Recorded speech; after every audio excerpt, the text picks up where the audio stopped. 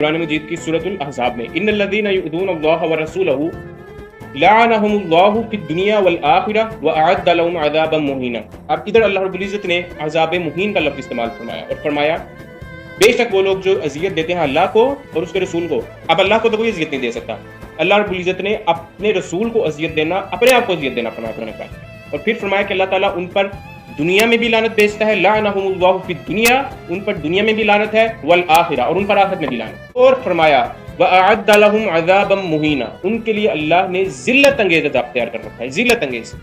اب عذاب مہینہ ادھر فرمایا اللہ رب العزت نے۔ قرآن مجید میں عذاب الہی کی تین قسمیں ہیں، تین قسمیں بیان کی گئی ہیں عذاب کی، عذاب عظیم، عذاب علیم اور عذاب مہین۔ عذاب عظیم اس کا ذکر قرآن مجید میں 15 مرتبہ آیا ہے، عذاب علیم کا ذکر 66 بار آیا ہے اور عذاب مہین کا ذکر 14 بار آیا ہے۔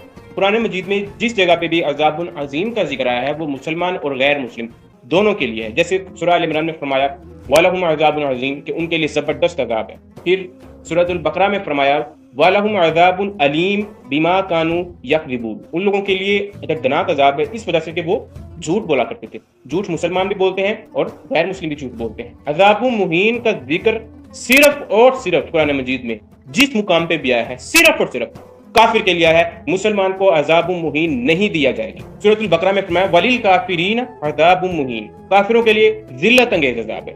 پھر اس کے بعد سورۃ النساء میں فرمایا وَأَعْتَدْنَا لِلْكَافِرِينَ عَذَابًا مُّهِينًا، ہم نے کافروں کے لیے ذلت انگیز عذاب تیار کر رکھا ہے۔ ہر کسی کے لیے، ہر جگہ پہ جدھر بھی عذاب مہین کا ذکر ہے اس سے مراد کافر ہے۔ آپ اس آیت مبارکہ کی طرف پڑھا دیں۔ اللہ رب العزت نے فرمایا کہ وہ شخص جو اللہ کو اور اللہ کے رسول صلی اللہ علیہ وسلم کو اذیت دے اس کے لیے اللہ نے عذاب مہین تیار کر رکھا ہے۔ اپنے دل پہ ہاتھ رکھ کے بتائیں، کیا امام حسین علیہ السلام کی شہادت رسول اللہ صلی اللہ علیہ وسلم کے لیے اذیت کا باعث نہیں تھی؟ کیا آقا علیہ السلام کو اذیت نہیں ہوئی ہوگی کہ امام حسین علیہ السلام جن سے آقا علیہ السلام اتنا پیار کیا کرتے تھے، اتنا پیار کیا کرتے تھے؟ یہ کتاب ہے مرج البحرین فی مناقب الحسنین، اس کتاب کو آپ پڑھیں، شیخ الاسلام ڈاکٹر طاہر القادری کی۔ اس میں انہوں نے بے شمار سینکڑوں احادیث مبارکہ کو جمع کیا جس میں آقا علیہ السلام نے امام حسن علیہ السلام سے، امام حسین علیہ السلام سے محبت کا اظہار فرمایا کرتے تھے۔ آقا علیہ السلام فرمایا کرتے تھے حسین منی وانا من الحسین، حسین مجھ سے ہے، میں حسین سے ہوں۔ پھر آقا علیہ السلام نے فرمایا کہ جنہوں نے حسن اور حسین سے محبت کی اس نے مجھ سے محبت کی، اس نے ان سے بغض رکھا، اس نے مجھ سے بغض رکھا۔ پھر کیا آقا علیہ السلام کو اذیت نہیں دی گئی؟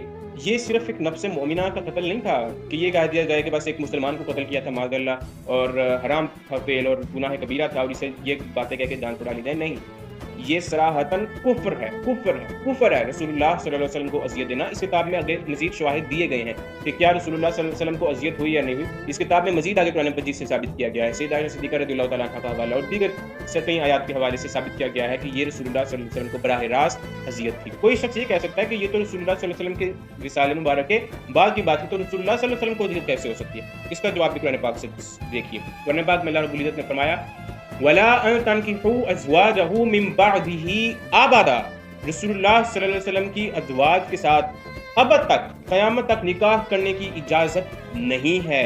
کیوں؟ اس سے رسول اللہ صلی اللہ علیہ وسلم کو اذیت ہوگی۔ اسی طرح سے رسول اللہ صلی اللہ علیہ وسلم کو امام حسین علیہ السلام کی اذیت بھی پہنچی۔ اس طرح احادیث سے ثابت ہے کہ علیہ السلام یوم عاشورہ کو 10 محرم والے دن، شہادت والے دن خود میدان کربلا میں موجود تھے۔ وہ بات آگے آئے گی۔ پھر اس کے بعد آپ آگے چلیں، اگر کوئی شخص اہل بیت اطہار سے بغض رکھے گا تو اس کا کیا انجام ہوگا؟ آقا علیہ السلام نے فرمایا، حضرت جابر بن عبداللہ سے روایت ہے، فرماتے ہیں اے لوگو جو ہمارے اہل بیت سے بغض رکھتا ہے اللہ تعالیٰ اسے روز قیامت یہودیوں کے ساتھ اٹھائے گا۔ تو کیا یزید نے اہل بیت سے محبت کا اظہار کیا تھا 10 محرم کے دن؟ آپ خود بتائیں۔